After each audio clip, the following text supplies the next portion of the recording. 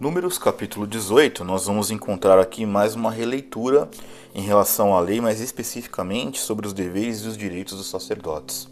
Recentemente comentei que a cada mudança, a cada local, a cada lugar que o acampamento ficava, as leis vinham sempre à tona e sempre há uma releitura dessas leis para que os sacerdotes e o povo também não se esqueçam aquilo que a aliança com Deus era colocado para este povo e o que eles tinham que fazer como parte dessa aliança, né? Então aqui no capítulo 18 você vai encontrar, pode ser uma releitura de coisas que a gente até já tenha gravado o vídeo, que você também já tenha lido aqui na Bíblia, mas que por este princípio, também já falei isso em outro vídeo, é importante rever, reler, relembrar aquilo que Deus determinava que cada um desse povo, que estava ali inserido no meio do povo, fizesse. E neste capítulo você vai ver coisas bem interessantes, né? Exemplo, a questão dos dízimos. Você vai ver que logo depois, a partir do versículo 21, né, vem os dízimos e os levitas.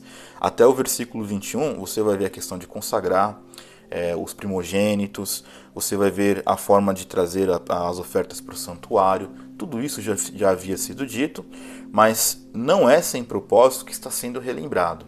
E a partir do versículo 21, se fala sobre os dízimos, né? Como os levitas de fato não trabalhavam naquela época em termos de agropecuária, né? Plantação, com gado nem nada, e o trabalho deles era especificamente o serviço do tabernáculo, as ofertas, todo o trabalho de manutenção era um trabalho pesado, então eles não tinham o ofício, os dízimos eram para sustento desses levitas aqui.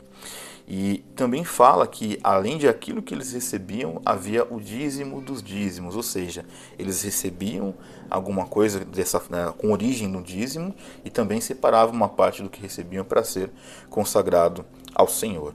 Então, claramente, isso daqui não é uma espécie de, como é que eu vou dizer, de defesa para sustentar pastores vagabundos e levitas vagabundos. Não se trata disso. Primeiro porque já falei aqui em vídeos que hoje já não tem mais esse ofício de levitas, né? Quem usa o nome de levita é porque não conhece a Bíblia.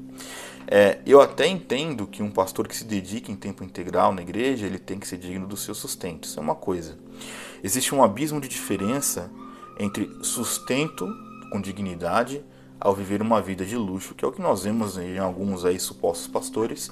Enquanto o povo está padecendo, passando fome, você vê aí pastores, né, ou supostos bispos, apóstolos, fazendeiros comprando fazendas à vista e viajando de jatinho para a fazenda. Isso é desproporcional e não é isto que ensina aqui nesse contexto bíblico.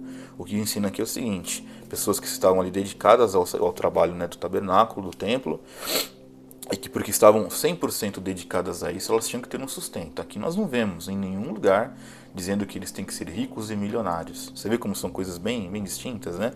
Então aqui havia, de fato, uma ordenação, e aí você vai encontrar nesse capítulo aqui do número 18, essa revisitação na lei, olhando quais eram os deveres, quais eram as obrigações do sacerdote, e você vai reparar que as obrigações do sacerdote para com o povo eram muito mais pesadas, no sentido de era muito mais exigida uma santidade muito maior deles do que do próprio povo. E aí quando você olha para o cenário de hoje, né, esses supostos, né, apóstolos, bispos aí mentirosos, você vai ver o quanto este exercício sacerdotal, que nós temos aqui no Números, é distante da realidade de muitos. Eu não posso dizer que são todos, mas de muitos, né? Quando você vê, como eu dei aqui o exemplo, né, os supostos bispos, que são os homens mais ricos do mundo, não tem o menor sentido.